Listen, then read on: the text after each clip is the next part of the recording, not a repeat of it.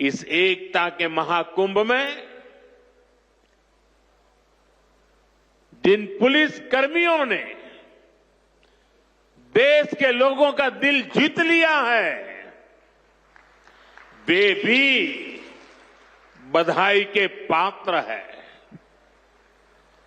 लेकिन भाइयों बहनों, प्रयागराज के इसी महाकुंभ में इसी सेवा भावना के साथ अनेक विध समाज सेवा के प्रकल्प चल रहे हैं, जिसकी तरफ मीडिया का तो ध्यान जाना बड़ा मुश्किल है, लेकिन ज्यादा चर्चा भी नहीं हुई है। अगर मैं सभी इस सेवा प्रकल्पों की चर्चा करूं तो शायद मेरा अगला कार्यक्रम डिस्टर्ब हो जाएगा, लेकिन मैं एक का उल्लेख करना चाहता हूं। इस एकता के महाकुंभ में नेत्र महाकुंभ चल रहा है। इस नेत्र महाकुंभ में देश के कोने कोने से आए हुए यात्री, गरीब परिवारों से आए हुए लोग, उनकी आंखों की जांच होती है, मुफ्त में होती है। नेत्र चिकित्सक देश के गणमान्य डॉक्टर 2 महीने से वहां बैठे हुए हैं और इस नेत्र महाकुंभ में अब तक 2 लाख से ज्यादा मेरे भाई बहनों की आंखों की जांच हो चुकी है। करीब 1.5 लाख लोगों को निःशुल्क दवाई और चश्मे दिए गए हैं और कुछ लोग ऐसे पाए गए जिनके मोती बिंदु के ऑपरेशन की जरूरत थी। तो इस नेत्र महाकुंभ से चित्रकूट और अगल बगल के स्थानों पर जहां पर अच्छी नेत्र चिकित्सा की अस्पतालें थी, करीब 16,000 मोतियाबिंद के ऑपरेशन के लिए उन अस्पतालों में भेज करके एक भी पैसे का खर्च बिना उन सबके मोतियाबिंद के ऑपरेशन किए गए हैं। ऐसे कितने ही अनुष्ठान इस एकता के महाकुंभ में चल रहे हैं। भाइयों बहनों, ये सब कौन कर रहा है? हमारे साधु संतों के मार्गदर्शन में हजारों डॉक्टर्स, हजारों स्वयंसेवक स्वतः स्फूर्त भाव से, समर्पित भाव से, सेवा भाव से इसमें लगे हुए हैं। जो लोग एकता के इस महाकुंभ में जा रहे हैं, वो इन प्रयासों की सराहना कर रहे हैं।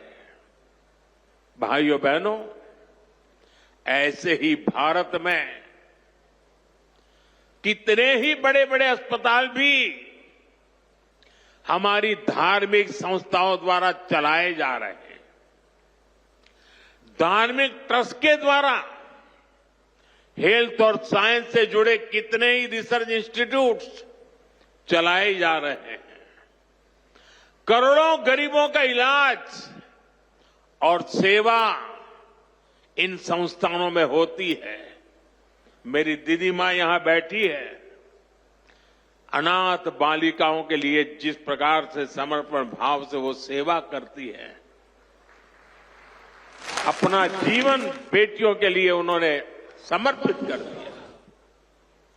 साथियों, यहीं पास में हमारे बुंदेलखंड का चित्रकूट, प्रभु राम से जुड़ा ये पवित्र तीर्थ खुद दिव्यांगों और मरीजों की सेवा का कितना बड़ा केंद्र है। मुझे खुशी है इस गौरवशाली परंपरा में बागेश्वर धाम के रूप में एक और नया अध्याय जुड़ने जा रहा है। अब बागेश्वर धाम में आरोग्य का आशीर्वाद भी मिलेगा। मुझे बताया गया है यहां 2 दिन बाद महाशिवरात्रि के दिन 251 बेटियों के सामूहिक विवाह महोत्सव का भी आयोजन होगा। मैं इस पुण्य कार्य के लिए भी बागेश्वर धाम की सराहना करता हूं। मैं सभी नवविवाहिता दंपतियों को, मेरी बेटियों को सुंदर और सुखी जीवन के लिए अग्रिम बधाई देता हूं, हृदय से आशीर्वाद देता हूं। साथियों, हमारे शास्त्रों में कहा गया है, शरीर माध्यम खलु धर्म साधनम, अर्थात हमारा शरीर, हमारा स्वास्थ्य ही हमारे धर्म, हमारे सुख और हमारी सफलता का सबसे बड़ा साधन है। इसलिए जब देश ने मुझे सेवा का अवसर दिया तो मैंने सबका साथ सबका विकास के मंत्र को सरकार का संकल्प बनाया और सबका साथ सबका विकास के इस संकल्प का भी एक बड़ा आधार है सबका इलाज, सबको आरोग्य। इस विजन को पूरा करने के लिए हम अलग अलग स्तर पर फोकस कर रहे हैं। हमारा फोकस है बीमारी से बचाव पर। आप मुझे बताइए, यहां स्वच्छ भारत अभियान के तहत टॉयलेट, शौचालय हर गांव में बने हैं कि नहीं बने हैं? इससे आपकी मदद हुई कि नहीं हुई? आपको पता है, शौचालय बनने से एक और फायदा हुआ है। शौचालय बने हैं तो गंदगी से होने वाली बीमारियां भी कम हुई है।